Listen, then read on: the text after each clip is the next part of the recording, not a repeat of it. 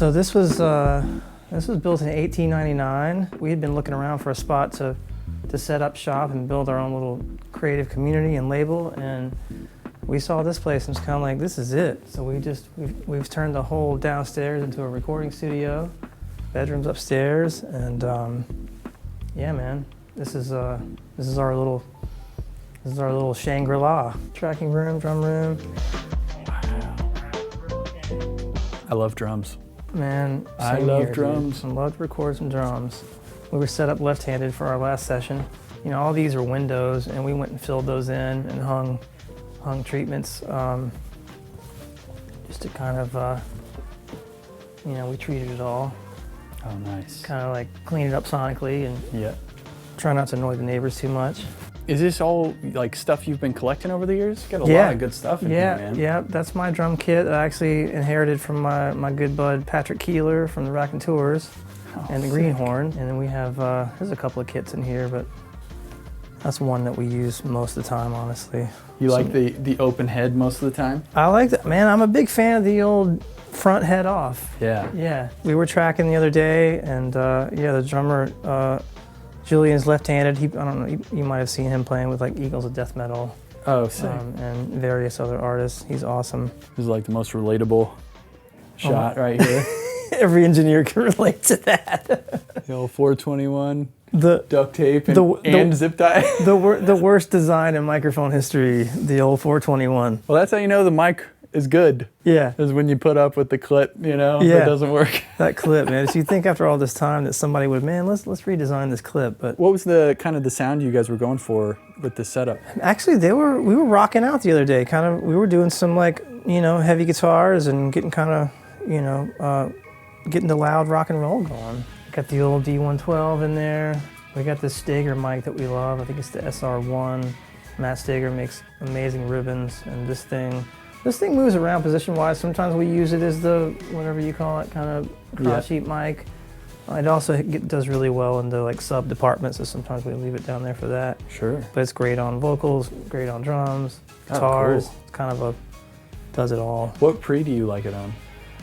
Let's see, I think we were just running that through the old, just regular API preamps. Like 312 or something? Yeah, totally. Yeah, we have a couple of Neves in there that have EQ, 1073 Brent Averill style. We usually use those on the kick and snare and everything else, usually API.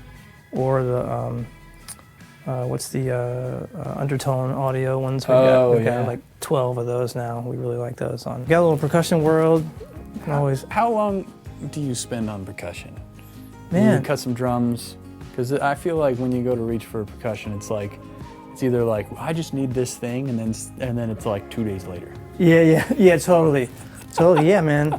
Yeah, the percussion's the key to getting it over the top, man. You know, it can't go without your shakers and tambourines and lamb nails, nail of lamb and whatever crazy shit, you know. Yeah, you got a lot of cool stuff, and in some sense, like, anything can be percussion. Yeah, that's right, anything. All right, man, it's cool, like the clash of, you know, the studio world and then kind of this old fireplace in the rooms, tall ceilings, cool chandeliers. I wonder, did you bring any of these chandeliers in, or were some of these here? This one was already here, and it was down low, so we jacked that one up, and then we did hang like 3 other chandeliers that we brought in ourselves. So we did a little bit of handiwork in here. I with the help of a buddy, I did hang these panels up there, but I had to have somebody that actually knew what he was doing, how to measure that stuff. And yeah, that's get the lasers out, you know. Very cool. So you loving the sound of this room? Man, it's really, the treatment really helped. I mean, it was already cool. It had a little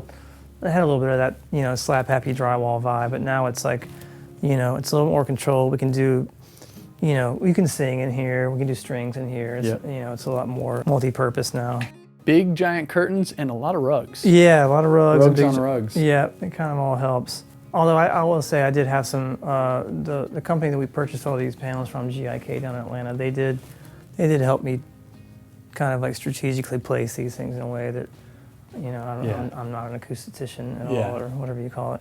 But yeah, they helped me figure out where to put them. Did the diffusers on the ceiling come from them too? Yep, all GIK.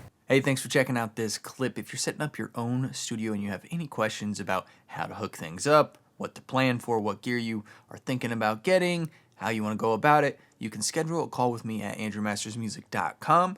It's a one-on-one, 1-hour consultation where you can ask me anything you want. The link is down in the description. Go schedule your call today. And if you're just chilling and you want to subscribe or watch another clip, click one of these two things.